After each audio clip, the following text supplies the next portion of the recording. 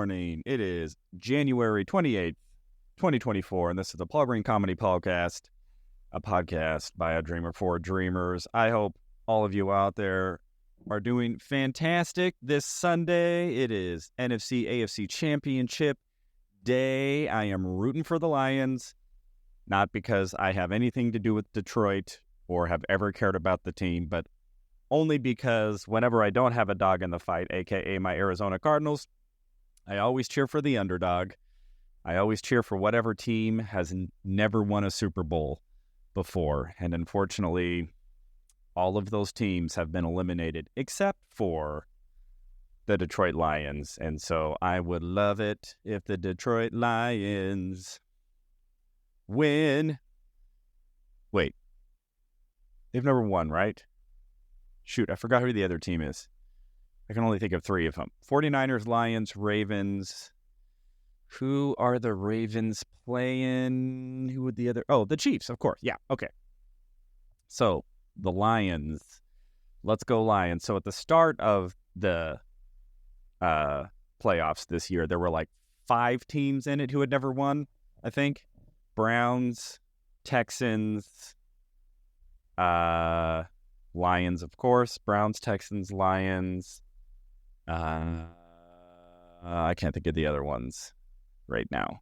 There was like 2 more. Oh, the Bills. So maybe it was those 4, and maybe there was a 5th, or maybe it was just those 4.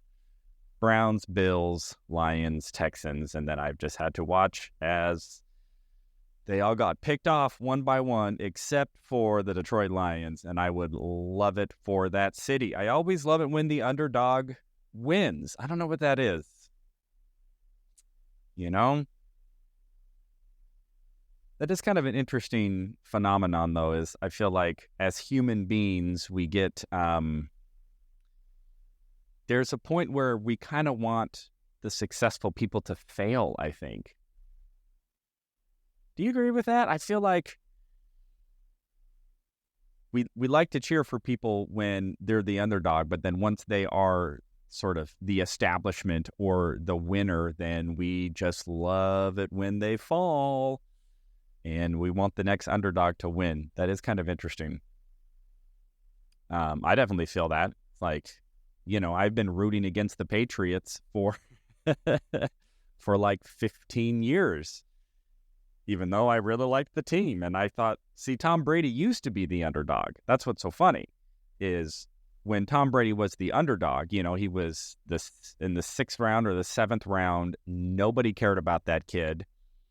Nobody wanted to pick him. He barely snuck his way into the NFL to begin with, and then ends up getting the starting gig when Drew Bledsoe went down with an injury, and then he just never let it go. And then he goes to the Super Bowl when he was, I think, his 2nd year, maybe his 3rd year, and was playing against Kurt Warner, who had won 2 years prior, and, you know, the greatest show on turf and all that stuff. And so at that point in time, Tom Brady was the underdog.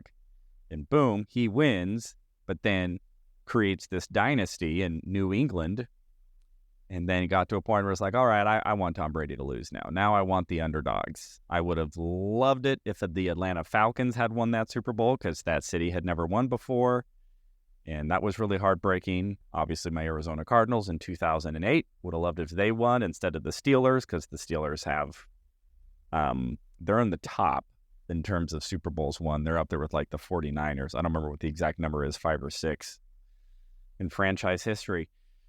So that is an interesting phenomenon. And now that I'm thinking about it, I wonder if that has something to do with the fact that the more that I put myself out there, the more that I get trollers and haters and people trying to tell me to quit. And I'm going, oh, I wonder if they now view me as the winner or, you know, whatever, which is funny because, you know, I don't really... It's like I'm going for this dream. I haven't gotten anywhere close to where I feel I would need to be considered an actual, like, successful comedian by any stretch of the imagination.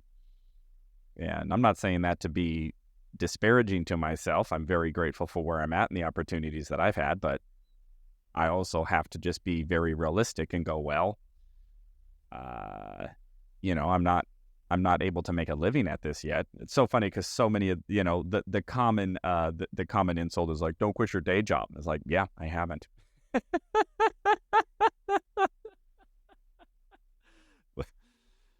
But that would be, maybe someday.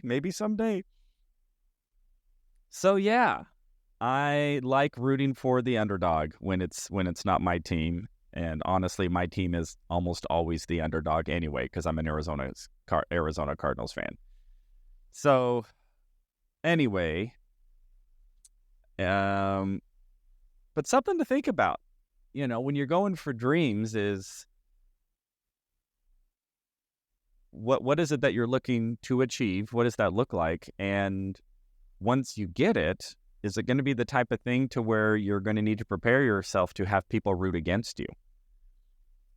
Everybody may be on your team while you're the up and coming, or, when you're going for it and you're striving. But when you actually get something big, there might be a shift. You might find out who your real friends are. There might be some jealousy. There might be some resentment, and there might be some, oh, well, who do they think they are now that they have this big thing? But that's all conjecture. I don't know. That's just where my mind is going here on a Sunday morning. So what's going on with me? Last night, I headlined a show, a small show in a restaurant. It's really, really well done. It's produced by my first ever stand-up comedy mentor, Mr. Tony Visick, and still grateful that he's booking gigs for me. I've known him for, maybe almost 10 years now. Actually, probably exactly 10 years. I think I started taking classes with him in maybe January or February of 2014. Wow, that's coming up on a decade. Oh, no. How fast it all goes. So yeah, it was a really fun gig. It was at this Italian restaurant, and this Italian restaurant, they have this downstairs basement area that they do like special events in, and so they do this dinner and a show package, and it pretty much sells out now. It's well established and people love it. They come out and buy dinner and then get tickets to the show, and Tony's been booking it. He's been booking a long time, because I still remember when I was still very brand new to comedy, and was working with Tony. I was taking his classes, and then he started booking me on gigs to get me experience, even though I was newer. He was challenging me and giving me opportunities to perform that were a little bit over my skis a little bit, just to start, getting me those opportunities. So I remember him booking me at Vito's. Gosh, it would have been almost 10 years ago, maybe close to 9 years ago. And I remember showing up, and I was so nervous. And he said, hey, I want you to do 15 minutes. And for some reason, that just terrified me. I hadn't really done that much comedy before. I'd only been doing like 5-minute sets, 3-minute sets. And he goes, yeah, I want you to do 15. And just to cause me to stretch. And man. And then last night, I was headlining that very gig, and I did 30 minutes, much as twice as much. So it was really good. The crowd was really, really fun. I had 2 friends of mine there, which was really cool. I appreciated so much that they came out. And lifelong friend, well, not lifelong. I met him in my early 20s. And then we ended up becoming roommates. He was my first roommate when I first moved out of my house, when I was maybe 23 or 24. And then we were roommates for maybe 4 or 5 years. And then he got married to a woman who actually was a friend of all of ours. So we used to always hang out with her and kind of part of the friend group. But she was always off to college and doing other things. But anytime she would come in town, she would call us up, and then we'd all go hang out. We'd all go do jam sessions, and we were good friends. And then just one day, she had been away again at college or doing something, and she was back in town and hit us up. Next thing they know, they're like, uh-oh, this seems to be a little bit more than a platonic hangout friendship. And then, they were married very shortly after that. And now they've been married for got to be 14 or 15 years. So anyway, it was really great to see them and catch up with them. And, I think I take it for granted just how blessed I am to have these lifelong friends who still come into my life from time to time. Everybody's busy. They all got families and jobs and all of that. But whenever we get a chance, even if we haven't seen each other for years, we can just sit down and just talk for hours. About 2 years ago when I was in town, I hadn't talked to either of them in literally years, probably 4, 5, 6 years, maybe even longer. It had been years and years and years and years. And I was in town. This is when I was still living in LA, but I was out here in Arizona visiting for a gig. And I was like, man, I just want to see how they're doing. I'm not going to call them. I'm not going to text them. I'm just going to show up at their house. So I just showed up, knocked on their door, and they were home. And then we just ended up hanging out and talking for like 4 or 5 hours. We ended up just getting dinner, ordering pizza so we could keep talking. He had some projects to do, so I just helped him out. We installed a storage rack in his garage, and so fun, so great to see them. And so they came to the show last night, and then we were able to hang out and actually get some pizza again at Vito's, nonetheless, and catch up. And I'll tell you, I am, as much as I have dreams and delusions of grandeur and desire for fame and wild success as a stand-up comedian, and I do have those dreams, and I don't apologize for them. It is what I'm going for. I really do have that desire to blow up and to be successful and to have that level of fame that will provide the opportunities to tour and to, quit my day job. But at the end of the day, I am fully aware and fully conscious that none of that, the glam and the fame, will bring any more happiness to me. And the thing that will always bring me the most happiness, joy, and fulfillment is those relationships and those friendships with people who we just love each other. We don't want anything from each other. We are just glad when we have an opportunity to sit down and just catch up and talk about life and talk about what's going on. And there's no drama, and there's no, oh, well, how come you haven't called me? Oh, well, it's just, we give each other a hug, and then we just sit down and we laugh and we talk about what's going on.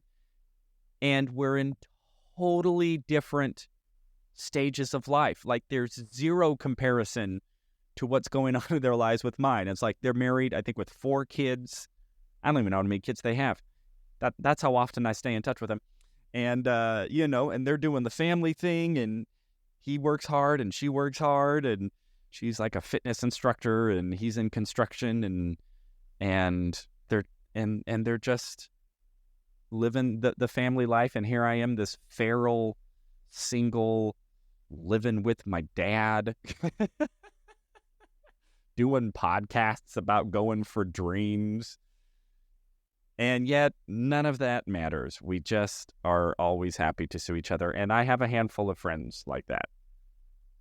And that to me is really what gives life its depth and its fulfillment. And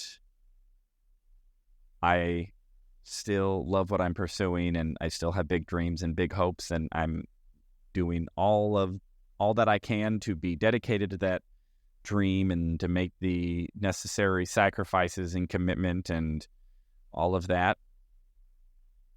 But I am careful to know that none of that is going to be more happy if I can't sit down and hang out with my good buddies, Chris and Megan, and catch up for an hour over some pizza about what's going on in life. So I always keep that perspective. All right, my friends, happy Sunday. Happy January 28th, episode 60. Can you believe that? 60 straight episodes, everybody. 2 months of the Paul Green Comedy PaulCast. Still going strong. Still loving being able to check in with you every day. I hope you're all out there following your dreams, finding joy while you're doing it, and remembering what brings depth and meaning to everything. And to me, that is having relationships with good people who you can just sit down and have a carefree conversation about life over pizza. And that, to me, my friends, is a dream in and of itself. All right, all you beautiful people, I love you all so much. I hope you're doing well, and I will check in with you tomorrow.